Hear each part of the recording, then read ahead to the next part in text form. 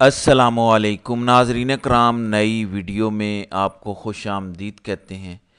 یہ بات تو اب 100% کنفرم ہے کہ صورتحال وہ نہیں ہے جو نظر آ رہی ہے۔ پس پردہ بہت کچھ چل رہا ہے۔ وہ تمام تر خبریں جو پچھلے 3 دنوں سے شہر اقتدار میں گردش کر رہی تھیں کہ خان کی رہائی کے حوالے سے کچھ دوست ممالک ذاتی کوشش کر رہے ہیں جس کی وجہ سے پی ٹی آئی کو یا عمران خان کو کامیابی مل سکتی ہے، تو پچھلے چند گھنٹوں میں ان تمام تر خبروں کے حوالے سے بڑی امپورٹنٹ ڈیولپمنٹس ہوئی ہیں۔ کیا ایس سی او کانفرنس ختم ہونے سے پہلے کوئی بڑا بریک تھرو ہو سکتا ہے؟ چینی صدر جو اس ٹائم ایس سی او کانفرنس میں شرکت کے لیے پاکستان میں موجود ہیں، چینی صدر کی جو فیصلہ سازوں سے ملاقاتیں ہوئی ہیں، ان ملاقاتوں میں خان کی رہائی، پی ٹی آئی پر جو سختیاں ہیں، اس حوالے سے چینی صدر کی کیا بات چیت ہوئی ہے، کچھ بڑی امپورٹنٹ تفصیلات ہیں جن پر بات کرتے ہیں۔ کیوں حکومتی حلقوں میں ایک غیر معمولی ہلچل ہے، ایک پینک ہے، اس پر بھی آگے چل کر بات کرتے ہیں۔ ناظرین اکرام، 5 اکتوبر کو خان سے آخری ملاقات ہوئی تھی پی ٹی آئی کے رہنماؤں کے۔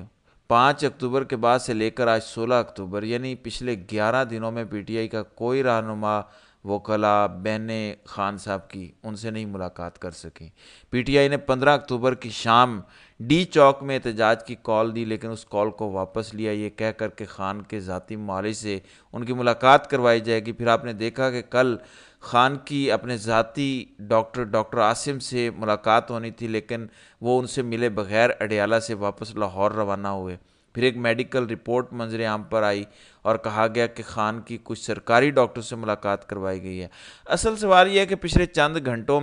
چند دنوں میں باخبر صحافی اور جو طاقتور حلقوں کے قریبی لوگ ہیں، وہ کچھ خبروں کا دعویٰ کر رہے تھے کہ خان کو کوئی وقتی طور پر کامیابی مل سکتی ہے یا پی ٹی آئی کو کوئی کامیابی مل گئی ہے کسی دوست ملک کی ذاتی کوشش کی وجہ سے۔ ان خبروں میں حقیقت کیا ہے؟ چند گھنٹوں میں ہونے والی ڈیولپمنٹ سے یہ کم از کم کنفرم ہو گیا ہے کہ یہ خبریں پچھلے کئی دنوں سے جو گردش کر رہی تھیں، ان خبروں میں کوئی نہ کوئی حقیقت ہے۔ میں بتا دیتا ہوں۔ دیکھیں، سعودی اعلیٰ حکام بھی ایس سی او کانفرنس کے سلسلے میں پاکستان میں موجود ہیں۔ دعویٰ کیا جا رہا ہے حکومتی حلقوں کی جانب سے کہ $1.2 بلین کی سرمایہ کاری سعودی عرب پاکستان میں کرنے جا رہا ہے۔ مختلف سیکٹرز ہیں جن میں سعودی عرب یہ سرمایہ کاری کرے گا۔ ایک سعودی عرب کی بڑی مشہور فوڈ چین البیک ہے، وہ بھی پاکستان آ رہی ہے۔ اسی طرح چینی صدر پاکستان موجود ہیں، روس کے صدر، بیلاروس کے صدر اور مختلف ممالک کے وزراء اور وزیر اعظم پاکستان میں موجود ہیں۔ بھارتی وزیر خارجہ جے شنکر موجود ہیں۔ تو سائیڈ لائن پر ایس سی او کانفرنس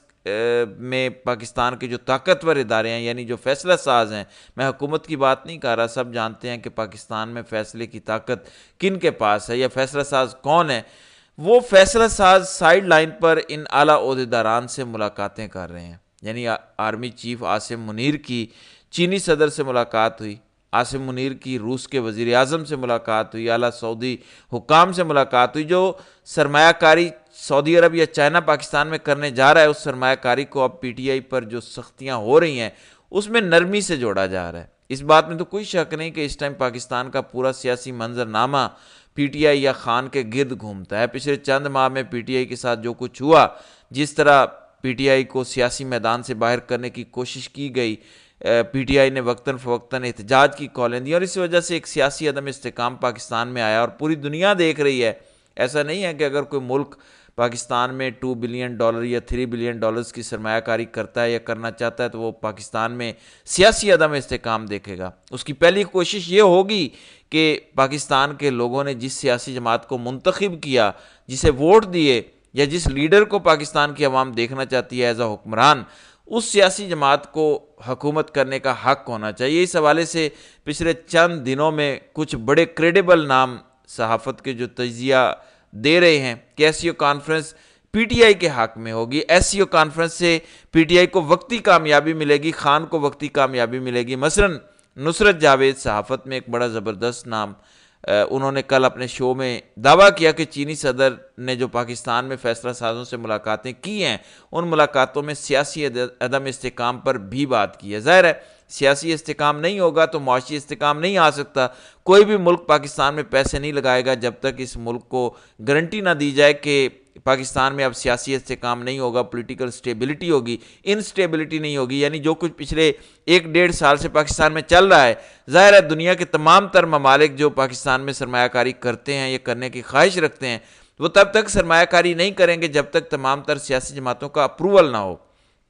آپ کو یاد ہوگا 2022 میں جب خان کی حکومت کا تختہ الٹا گیا، اسی سال جب آئی ایم ایف نے پاکستان کے ساتھ اگلے 3 سال کا معاہدہ کرنا تھا، تو آئی ایم ایف کا وفد باقاعدہ عمران خان سے ملنے گیا تھا اور اس کے بعد اس معاہدے پہ خان نے دستخط کیے تھے۔ حالانکہ خان کی حکومت ختم ہو چکی تھی، وہ وزیر اعظم نہیں تھے، اس کے باوجود آئی ایم ایف کے وفد نے یہ مطالبہ رکھا تھا اور انہوں نے کہا تھا کہ جب تک یہ ایگری نہیں ہوں گے تب تک یہ معاہدہ نہیں کیا جائے گا۔ تو اسی طرح سے چائنا ہو، سعودی عرب ہو، دیگر ممالک ہوں جو ایس سی او کانفرنس کی سائیڈ لائنز پر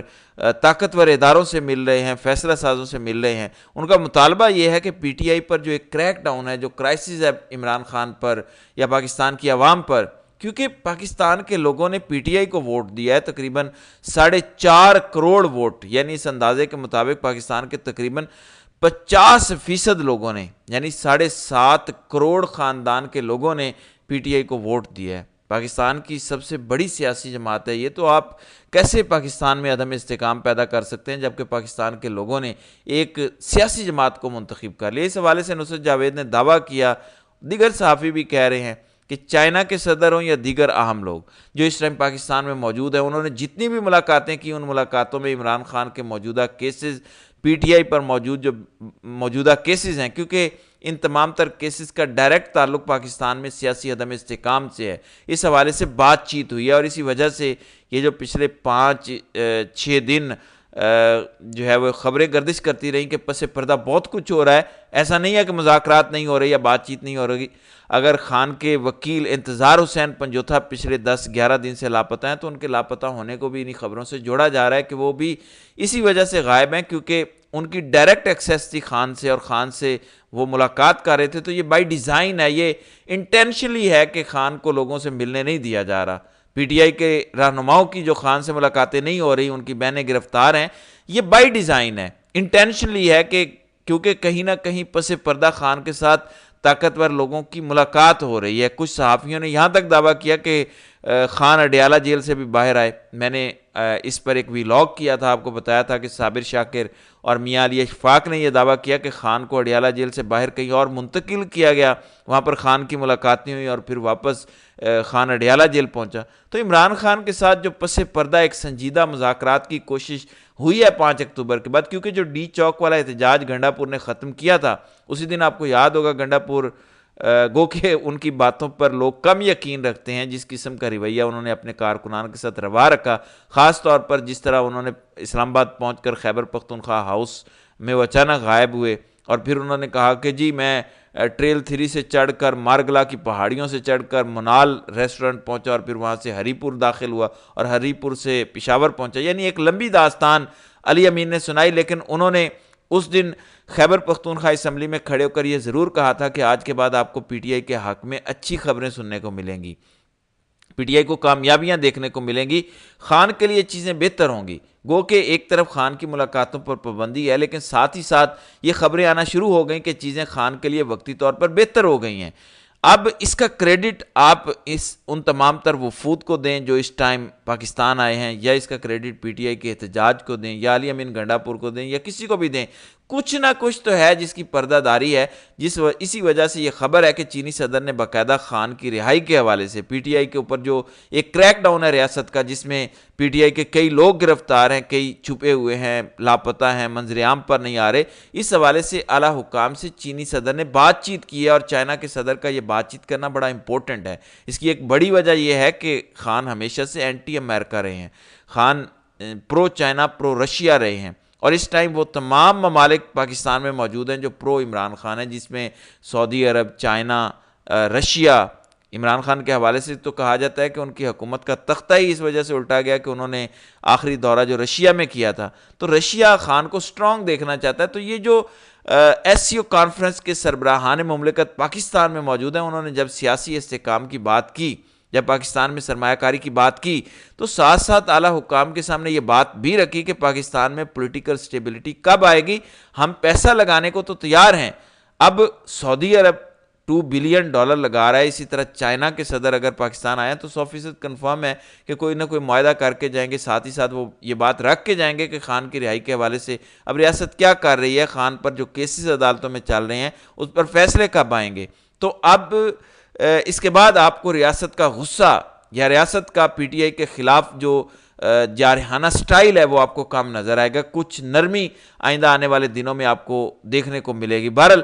اب تو اگلے 6 سے 7 دن ویسے بھی بڑے امپورٹنٹ ہونے والے ہیں، بڑی سیاسی ہیپننگز ہونے والی ہیں، انشاءاللہ اس پر اگلی ویڈیوز میں بات کرتے رہیں گے۔ تو ناظرین کرام، آپ کی اس ویڈیو کے حوالے سے کیا رائے ہے؟ آپ اپنی رائے کا اظہار کامنٹ سیکشن میں ضرور کیجیے گا۔